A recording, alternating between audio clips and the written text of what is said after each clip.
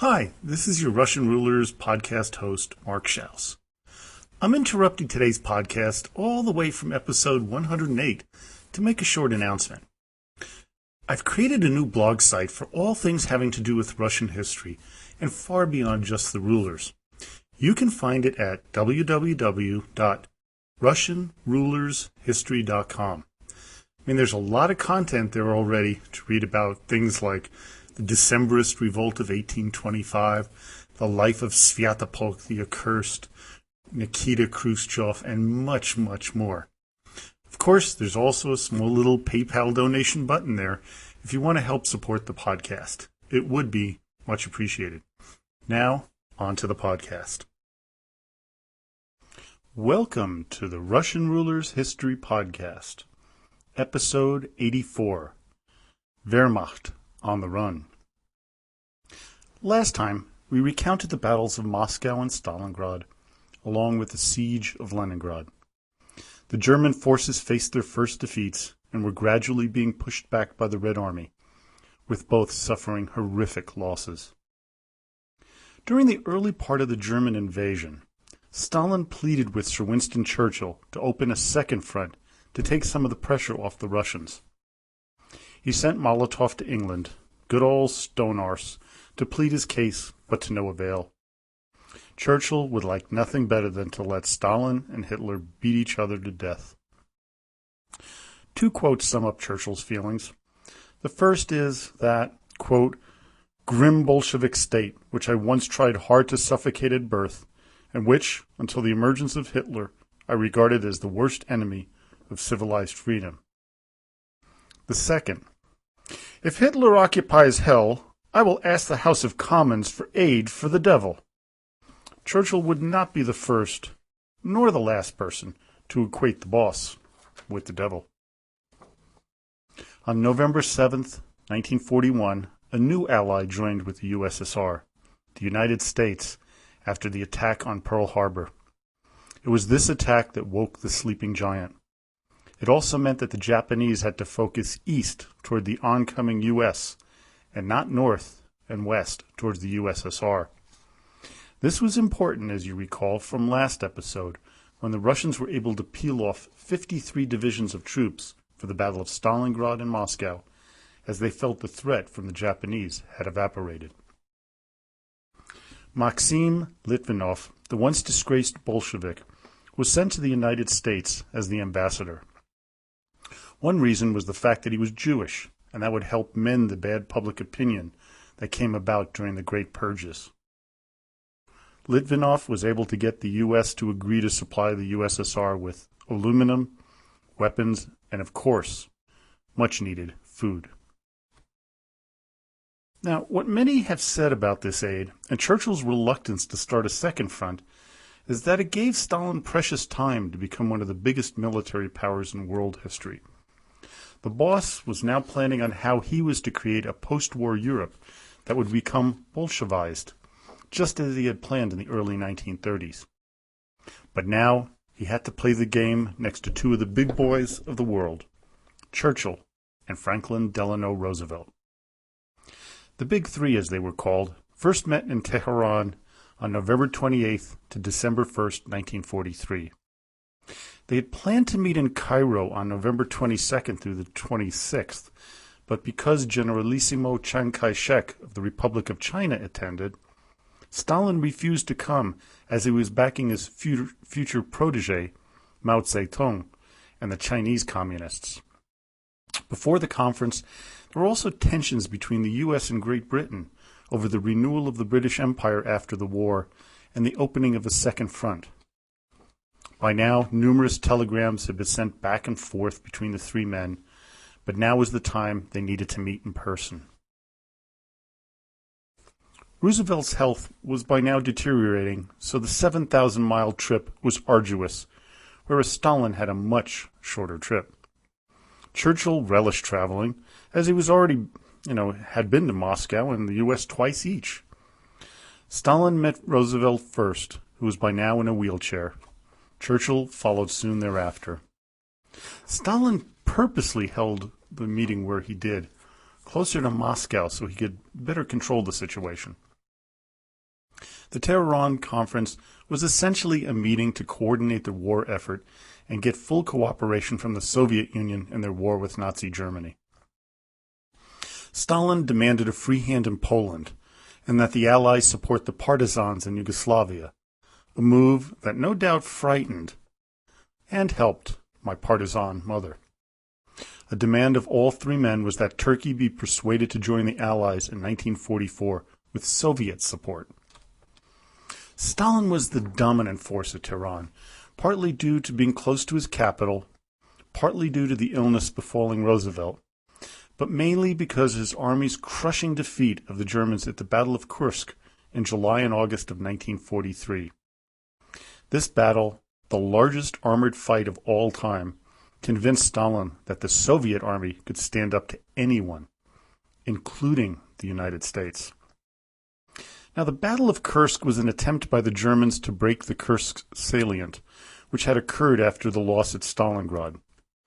Without going into details, because I will cover this battle with its own podcast or podcast series after we finish with Putin, it was a pincer movement planned by Berlin to surround and cut off the Red Army, encircle it and destroy it. Needless to say, it failed and hastened the end of Nazi Germany. During the tripartite dinner of November 29th, Churchill presented Stalin with the Sword of Stalingrad, which was made in Sheffield, England, to commemorate the victory at Stalingrad. After kissing the scabbard, Stalin handed it to the obviously tipsy Voroshilov, who comically proceeded to drop it. Well, the upshot of the Tehran Conference was the following. 1. The Yugoslavians should be aided with supplies and equipment, and also by commando operations. 2. Turkey should be persuaded to come into the war on the side of the Allies before the year's end. Now, if Turkey found itself at war with Germany, and as a result Bulgaria declared war on Turkey or attacked her, the Soviet Union would immediately be at war with Bulgaria. And number 3, Operation Overlord is to be launched in May of 1944, with an operation against southern France occurring at the same time. Stalin also assured the other two leaders that the Soviets would launch an offensive at the same time to prevent the Germans from transferring forces from the Eastern to the Western Front. And 4, they all agreed to work together militarily through their staffs. This last part was to continue to the end of the war, but deteriorate rapidly as the Germans began their surrender. Returning to Kuncevo after the conference, Stalin demanded to be filled in twice a day by his Stavka generals. He was a complete, hands-on micromanager of the war effort, so when Vasilevsky in Stalingrad once failed to do so, Stalin wrote him the following telegram, quote, "It's already 3:30, and you have not deigned to report. You cannot use the excuse that you have no time, as Zhukov is doing just as much at the front as you, yet he sends his report every day. The difference between you and Zhukov is that he is disciplined, whereas you lack discipline. I am warning you for the last time that if you allow yourself to forget your duty once more, you will be removed as Chief of General Staff and sent to the front." It was toward the end of the Battle of Stalingrad that the boss began to make notice of one of his subordinates, one Nikita Sergeyevich Khrushchev. Early on in the battle, he performed poorly, acting scared, but as the battle progressed, Stalin became very impressed by his organizational skills. But had he seen into the future and heard a speech denouncing Stalin in 1956, made by his governor of the Ukraine, it is no doubt that Khrushchev would have been quickly shot. In researching Stalin, I came upon a great passage on how his subordinates would gauge the boss's mood, which was critical if he wanted to stay alive. It went something like this. Quote, "Stalin was always pacing up and down. There were various warning signals of a black temper. If the pipe was unlit, it was a bad omen. If Stalin put it down, an explosion was imminent. Yet, If he stroked his mustache with the mouthpiece of the pipe, this meant he was pleased. The pipe was both a prop and a weather vane. His tempers were terrifying. He virtually changed before one's eyes, wrote Zhukov, turning pale, a bitter expression in his eyes, his gaze heavy and spiteful. Lavrentia Beria was one of the men responsible to make sure that the slave labor to aid the war movement was available. 300,000 slaves were used to dig the anti-tank trenches around Kursk. The gulags had 1.7 million slaves, and Beria used them until they broke or died, building weapons and material needed for the war effort. It is estimated that around 930,000 of them would die helping win the war, something Beria and his boss Stalin could have cared less about. The other Soviet magnates despised the terror of the party, but they kept that hatred to themselves. But the man they all feared above all was still Stalin. He would issue order after order, always adding a veiled threat or not so veiled threat if they failed. His work hours were staggering, considering he was in his mid-60s by now, averaging 16 hours a day. And he demanded his magnates to follow suit. Also, as opposed to his earlier years, he demanded they remain sober, of course, forgiving Voroshilov. Failure to abide by his rules was usually fatal, so they obeyed the boss. While the war was raging, Stalin began to hear stories about the debauched life his son Vasily was leading, which greatly disturbed him as his other son Yakov was in a German prisoner of war camp. After Yakov was captured, Vasily was forbidden to fly combat missions. Because of this, he became a constant drunk and womanizer, having affairs with various married women, even though he was married and had a young son. His affair with Nina Carmen was the last straw for the boss. After receiving a letter from Nina's husband Roman informing Stalin of the affair, the boss ordered the NKVD to check up on his two children. What ensued shattered the already shaky Stalin family relationship. It seems that not only was all the sordid details about Vasily's life true, but 16-year-old Svetlana was dating the much older Alexei Kepler, a famous screenwriter and womanizer as well. Stalin flew into a rage. As Montefiore writes in his book, Stalin, The Court of the Red Tsar, Stalin went into Svetlana's room one day and had the following conversation with his daughter. Where are they all?" he spluttered. "Where are all these letters from your writer? I know the whole story. I've got all your telephone conversations right here." He tapped his tunic pocket. "All right, hand them over. Your Kapler's a British spy. He's under arrest." Svetlana surrendered Kapler's letters and screenplays, but she shouted, "But I love him." "Love?" shrieked Stalin, with hatred of the very word, and, for the first time in my life, slapped her twice across the face. Then he turned to the nanny. "Just think, nurse, how low she's sunk. Such a war going on, and she's busy screwing." "No, no, no," the nanny tried to explain, fat hands flapping. "What do you mean, no, when I know the whole story?" Then to Svetlana, "Take a look at yourself. Who'd want you, you fool? He's got women all around him." Stalin gathered up the letters and took them into the dining room, where he sat at the table where Churchill had dined, and, ignoring the war altogether, started to read them. He did not appear at the little corner that day. That afternoon, when Svetlana returned from school, Stalin was waiting for her in the dining room, tearing up Kapler's letters and photographs. "Writer?" he sneered. "He can't even write decent Russian. She couldn't even find herself Russian." Kapler's Jewishness especially riled him. She left the room, and they did not speak again for many months. Their loving relationship was shattered forever. Kepler, for his part, was sent to an internment camp, a gulag, for 5 years. Luckily for him, though, he wasn't shot. He would serve a second 5-year term, but after Stalin's death he was released. He would have a real affair with Svetlana many years later. Now, back to the war. Russian and Soviet historians call this war the Great Patriotic War and divide it into 3 sections. The first period goes from June 22, 1941, when Operation Barbarossa began, to November 18, 1942, when Operation Uranus was launched by the Red Army.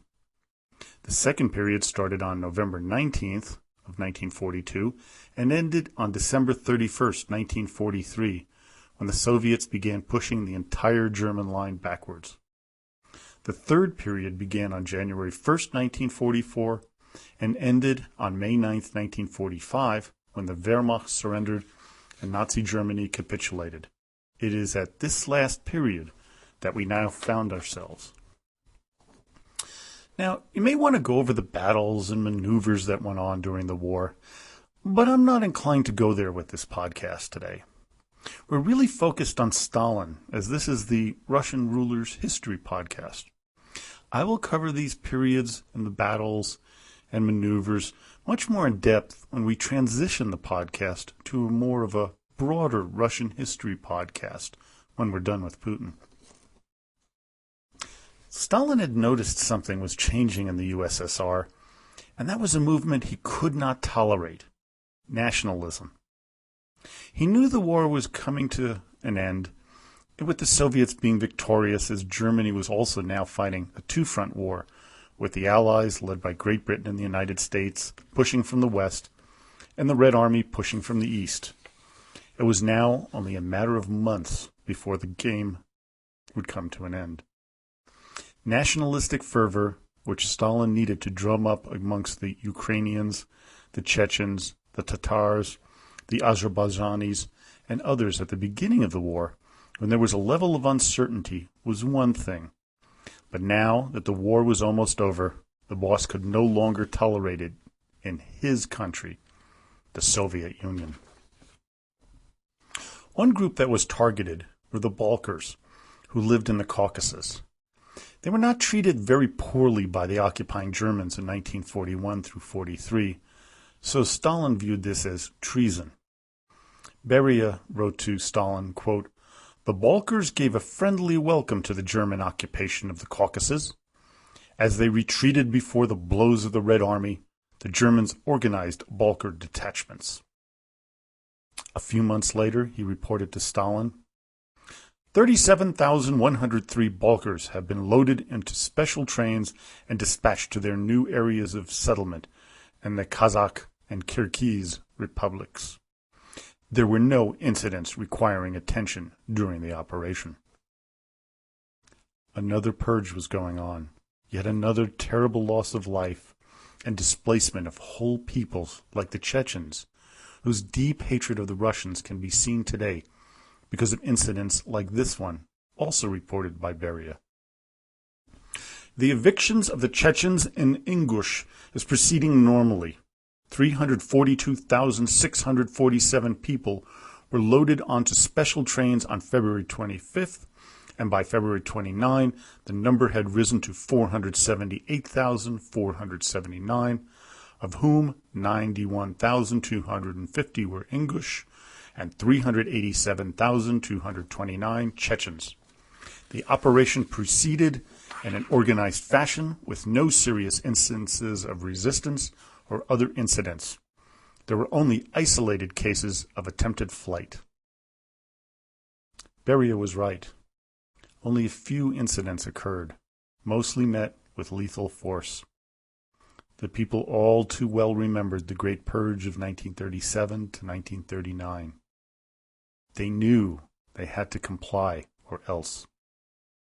There were all kinds of people being dispersed throughout Stalin's Soviet Union, but one group he knew he had to put down amid their growing nationalism, and those were the Jews. The boss set them up as he was so wont to do. Most of the prominent Jews belonged to the Jewish Anti-Fascist Committee. People like Michols, Lena Stern, and Lozovsky, with the patron of the committee none other than Molotov's wife, Polina Zhemchuzhina. Lozovsky wrote a letter to Stalin asking to have permission to set up a Jewish socialist state in the Crimea after the Tatars had been relocated. Stalin most assuredly had given approval for the letter to be written and the request made. He was setting them all up for a purge, and they didn't even know it. There were other problems throughout the Soviet Union. Gangs were cropping up throughout all the major cities of the USSR, many populated by ex-army veterans who had suffered the scars of war. They were no longer scared of Stalin or the NKVD. They had seen the horrors of war, and they lacked the ability to be frightened anymore. The boss was being kept up to date by Beria of letters written by men at the front, and how they had seen what the West had to offer, and they began to think about independence, democracy, and capitalistic rewards. Stalin could not have this in his perfect Soviet state. Alexander I and the subsequent czars realized the problems they faced after the Russian army defeated Napoleon some 130 years before. The men had seen the other side and began to yearn for more. Then another problem that needed tending to. Red Army soldiers were being liberated from prisoner of war camps as the Soviet troops swept into Germany. Any of the poor men who suffered the horrific conditions of the German camps thought life would be sweeter when they saw their comrades open the gates. But they were sorely mistaken. As Marshal Zhukov said in a plenary meeting of the Central Committee in 1957, after Stalin's death, quote, 126,000 officers who returned from captivity were stripped of their rank and sent to camps. The men were not liberated. They just switched which prisoner camp they went to, from the Germans to the even worse Russian camps. Join me next episode when we bring the big three leaders together at the Yalta Conference, where controversial decisions are to be made that would greatly affect the world, especially Europe, for decades to come. We will also wrap up World War II and see the beginning of the Cold War between the U.S. and the USSR. I hope you enjoyed today's podcast. I'm going to be suspending the special focus segment for a while as I want to wrap up Stalin over the next few podcasts and move on to Khrushchev and Brezhnev. I also hope you heard a little difference in the recording quality today, thanks to listener Michael C., who recommended that I get a pop filter to reduce any popping sounds. He gave me the suggestion at our Facebook site, Russian Rulers History Podcast, where you can ask a question, leave a comment, or make a suggestion. Also, please don't forget to give me a rating on iTunes so this podcast can move up the rankings. I'd also like to thank all of you for making this podcast so popular, as it just went over 700,000 downloads last week. Way over what I had ever dreamed of when I started this a little over 2 years ago. So, as always, до свидания и спасибо большое.